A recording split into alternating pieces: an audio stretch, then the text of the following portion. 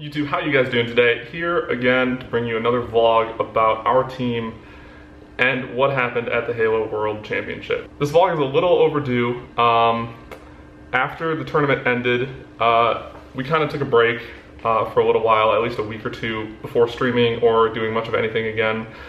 Going into this tournament, at least for myself and my teammates, and I'm sure for basically every other player that was involved, this was the most that we had ever prepared for a tournament by far in our lives. We had been practicing for hours and hours every day, going over film for hours and hours every day. I took time off of work for months to prepare for this tournament, and obviously things didn't really go our way. And there's a lot of different reasons for that, but I guess I'll backtrack all the way to about a month or two before the tournament when our team stopped streaming.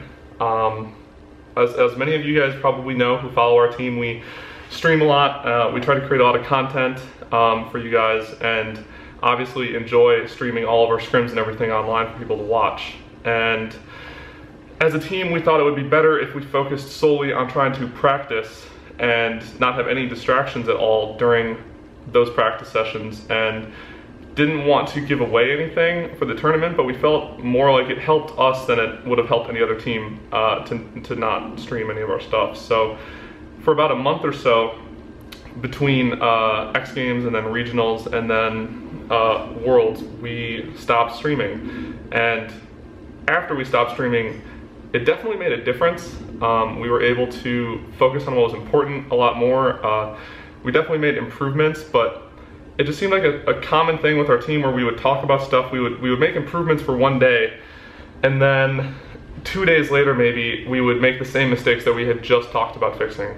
It's like we would take one step forward and then 2 steps back all of the time, and it was just so frustrating. And I can at least say for myself that it seemed like we always knew what was happening, but we just weren't fast enough at making the correct decisions in game.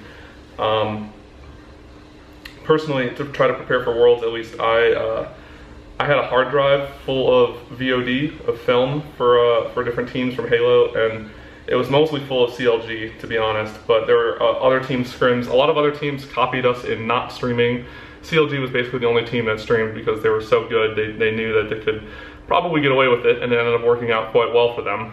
But you know, I had around 180 to 200 gigs of film. So to put that into perspective, it's like 3 to 4 gigs for a Blu-ray movie. So one file size for like a 3-hour scrim in HD is probably around that size. So having almost 200 gigabytes of film is a lot to have watched. I think I've watched every scrim that they played in between X Games and Worlds, and I watched most of other teams' streams online as well. So anyways, we spent a ton of time preparing, and you know, there's something to be said for just playing and letting your instinct take over, because we analyzed so much before the tournament that I don't want to say it made us second guess ourselves, but we just seemed to be making decisions slower towards the end of our practice, and it was just the most frustrating thing ever that we didn't really seem to get better from putting in like 12-hour days.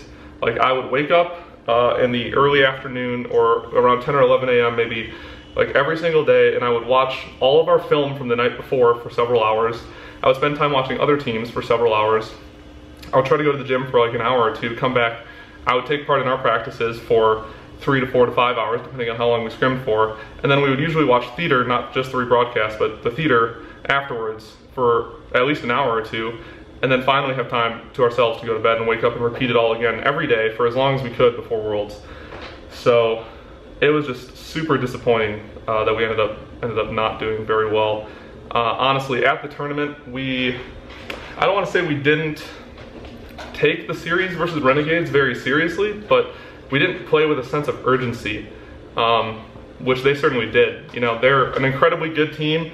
We had been beating them in scrims leading up to Worlds. I think most of our scrim scores were, I think, 9-4, 8-5, 9-4. There's like a 10-3 in there as well, but consistently beating them in general for the at least several weeks before. They had beaten us in a series, I think, before regionals. We weren't doing very well before regionals, but We definitely thought we were the better team, but you know, they played extremely well in our series, and I don't think we played with a sense of urgency or had much teamwork in general. You know, if you go back and you watch the games, which I haven't, I don't think I'll ever go back and watch those games. You know, they controlled the pace of all 5 of the games that we played. We ended up winning 2 of the flag games, Coliseum flag and Truth flag, but you know, we were lucky to kind of be able to clutch those games up and win when it really mattered at the end, because they definitely had us beat in both those game types, I believe. They controlled the pace of all 5 games and definitely deserved to win that series. And it's not like it's on any one person why we weren't doing well. It's certainly not on Hammy. Commonly, he played extremely well, I feel, for our team. But at the same time, it just seemed like we didn't have nearly as much teamwork as we should have. And that's not all on one player, but it certainly has a lot to do with it, I feel. You know, everyone has different things that they bring to a team, and certain play styles are really good fits with other play styles. And you know, I don't know if Hammy was necessarily the best possible fit for our team. And that's nothing against him being a good player or all of his other great attributes that he brings to the table. And we were obviously a really good team still. You know, you can talk about how poorly we did at the end of our run with Hammy, but you have to look back at how good we did as well, because people will obviously ask questions about how we were able to win X Games. And going into X Games was, you know, one of the most emotionally charged series that we probably ever had in all our careers, or at least for our team, with TJ leaving and the drama and everything behind that. And we honestly just all performed so well. It would never have been possible to be that consistently good. You know, it was just, we all played on another level, I think, that series. And if you want to look at the rest of our results against CLG for the next 2 tournaments, I think we lost 0-4 at regionals and 0-3 at Worlds. So taking into account the games at X Games, which was 4-3 for us, that's 4-10 against them in 3 tournaments. So the pool play series against them shouldn't really count. There's a lot of technical difficulties and shit there, and I'm sure they'd probably agree with me. I mean, they definitely won the replay of Truth for game 2 in that series, but the other 2 games had problems. It's whatever. But either way, I think that us winning X Games had as much to do with them losing it as it did with us winning it. And that's, obviously I'm saying that from our perspective, as I'm really happy we were able to win, and it was one of the best moments of our careers in my life that we were able to win a gold medal at the X Games. But they were definitely a better team than we were. And it showed throughout the rest of the season that, you know, they were able to consistently dominate every other team. Anyways, obviously our team didn't do nearly as well as we wanted to at Worlds.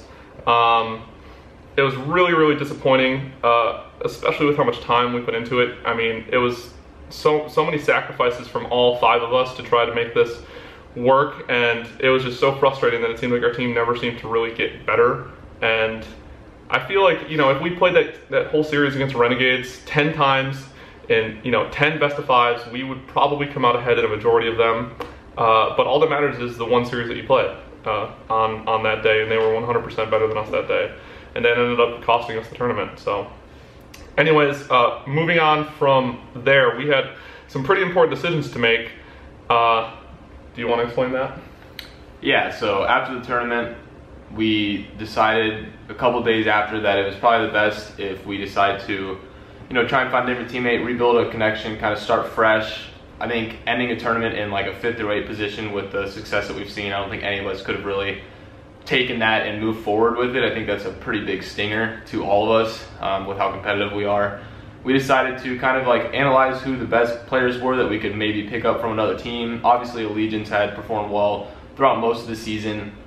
One of the main reasons we picked up commonly was because he streamed, and almost no one else streamed back when the game was released. It's crazy. Really, I mean, back we had such little time to make that decision, which a lot of people obviously know, but they don't realize the significance of like how ridiculous that decision ends up making. Sure, like we had months to prepare, but the decision had to be made in like 24 to 48 hours. Yeah, there was like 2.5 days. On top of that, you don't really have time to run games with anyone, so you don't know that much. We literally had to almost make our entire decision off of watching streams, and not that many people streamed. Right. And Hammy, to his credit, he streamed a lot, and we saw a lot from watching his stream and rebroadcast. and that was what ended up making, our decision. And for Suspector, we noticed him consistently performing, we felt at least, the best on their team across all 3 major tournaments. You can tell when you play against a team a lot, and we scrimmed against Allegiance a lot leading up to Worlds too, if one player is standing out, and we just felt like, he was an incredibly talented player. He's one of the best players in this game, and his movement is really, really unique. And, what were you saying about just his personality? You talked to him a lot outside of the game, too. It was honestly after regionals where I started to really talk to him for the first time. I never really sat down and talked to him in person or anything like that. And, meeting someone who is new to the circuit and, at such a young age, he's still in high school, about to graduate as a senior. And he just has a very good understanding of what it takes to be a very solid and knowledgeable teammate. His communication is, above the competition. It's honestly one of the best on our teams and the best that I've had, as a teammate in a really, really long time. Really He's a very smart player. He's got a really solid head on his shoulders. He doesn't the word tilt, whatever. He doesn't get upset in game really ever. All he's focused on is improving, talking to his teammates, and building that chemistry in and out of game. And it's a very rare thing for someone of his, new status in the scene, and it's something that us veteran players have picked up on right away. Like we said, we had a sample size of 3 tournaments to make this decision. It was a no-brainer on who we wanted as soon as, we decided that we were going to move forward from Commonly, and we're just glad to have Aiden as a part of our team. Yeah, 100%. And obviously, we wish Hammy the best of luck. I mean, I enjoyed teaming with Hammy. I think he's a great person, but like I said earlier, I just don't know if it was maybe the best fit for us. I mean, like you also said, people were saying things like, EG has the choice of picking up whoever they want, and it's like, well, we don't know who we want. Like, oh right, yeah. Like we can pick up anybody. That. It's like sure, but you don't really know. Who do you know? So we made what we thought was the best decision at the time, which ended up working out for X Games, and then moving forward, it just seemed to just kind of stay stagnant while other teams kept improving. So it was a really good hot fix at the time, but it didn't end up being the answer. And I hope that moving forward, Aiden can be a very solid fit for us, and so far it seems like he is. Yeah, and one of the things I've seen people talk about a lot on the forums is that, our team shouldn't make only a one-person, team change. Like, that's not enough to fix the problems that are on EG. But, I mean, it's kind of ridiculous to say that, either, I should leave a team or, Lunch and Roy should separate from Eric. Like, we've known each other for so long that it's not like we're just going to give up on a team that obviously we've seen a lot of success together. We've watched each other be incredibly successful on separate teams in the past, and we know what it takes to be successful, go to placing poorly, and then go back to being successful again. Like, we're not, no one on our team is foreign to that feeling. For me. Not your best years. You watched us do better in those years. But either way, we have faith in our team and our teammates that we're going to be able to do this and work together to improve. And, I've known Eric for 10 years, and Lunch and Roy teamed with him in 2008. It's 2016. It's been a long time that we've been playing Halo with each other. So we're, not unconfident in sticking together and trying to figure things out amongst the 4 of us. All right, anyways, that's it for us today, guys. We're going to be practicing basically as much as possible leading up to the HCS Pro League. There's not a lot of information out on that yet, so stay tuned for more info there. But make sure to follow the channel below and subscribe on YouTube as well. Follow all of our streams online on Twitch. Anything else? Yeah, if you guys are interested in learning more about competitive gaming and what makes pro players how they make the decisions they make in game, a really good source to do that is to watching Towey's analysis streams and YouTube videos that he posts online.